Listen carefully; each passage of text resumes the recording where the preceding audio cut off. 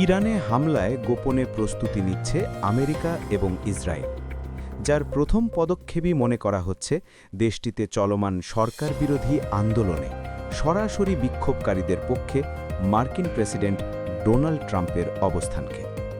মাত্র কয়েকদিনের বিক্ষোভে ৩ বার ইরানকে সতর্কবার্তা দিয়েছেন মার্কিন নেতা। বিক্ষোভের দ্বিতীয় দিনেই আন্দোলনকারীদের দিকে গুলি ছোঁড়া হচ্ছে অভিযোগ তুলে জানিয়েছেন নিন্দা, আর ষষ্ঠ দিনে সরাসরি ইরানে সামরিক অভিযানের সতর্কবার্তা। ট্রাম্প বলেছেন, বিক্ষোভকারীদের হত্যা করা হলে তাদের উদ্ধারে ইরানে যাবে মার্কিন বাহিনী। তৃতীয় দফার মন্তব্য আসে ভেনেজুয়েলার প্রেসিডেন্ট নিকোলাস মাদুরোকে অপহরণের ঘটনার পর। ট্রাম্প সাংবাদিকদের বলে দিয়েছেন, বিক্ষোভকারীদের উপর হামলার পরিণতি কঠিন আঘাত। এই সুযোগে যুদ্ধের প্রস্তুতি নিচ্ছে ইরানের চিরশত্রু ইসরায়েলও।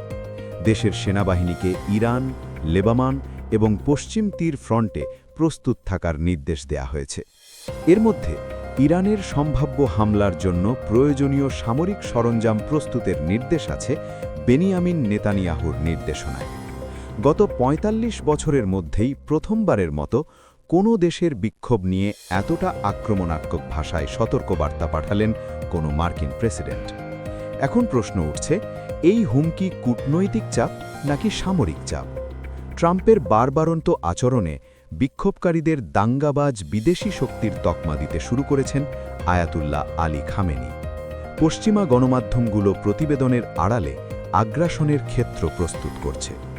এক গোয়েন্দা প্রতিবেদনের ভিত্তিতে ব্রিটিশ দৈনিক দ্য টাইমস বলছে, সরকার পতন হলে আসাদের মতোই রাশিয়ায় পালাতে প্রস্তুত আয়াতুল্লাহ আলী খামেনি। সাথে থাকবে পরিবারসহ ২০ সদস্যের দল। ট্রাম্পের সতর্কবার্তা কথার কথা নাকি বাস্তবেই ঘটতে চলেছে তা নিয়ে দ্বিধাবিভক্ত বিশ্লেষকরা। ইরান ইন্টারন্যাশনাল বলছে, ওবামা প্রশাসনের অভিজ্ঞতার আলোকে গবেষকরা বলছেন, এসব দৃঢ় বক্তব্যই যথেষ্ট নয়। ২০১২ সালে ওবামা বলেছিলেন, সাবেক সিরিয়া প্রেসিডেন্ট আসাদের রাসায়নিক অস্ত্র ব্যবহার মার্কিন যুক্তরাষ্ট্রের জন্য লাল সতর্কতা।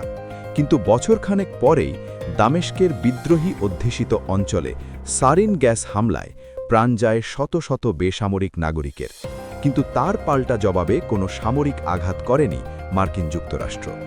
২০০৯ সালে ইরানের গ্রিন মুভমেন্ট বিক্ষোভেও সতর্কবার্তা দেন ওবামা।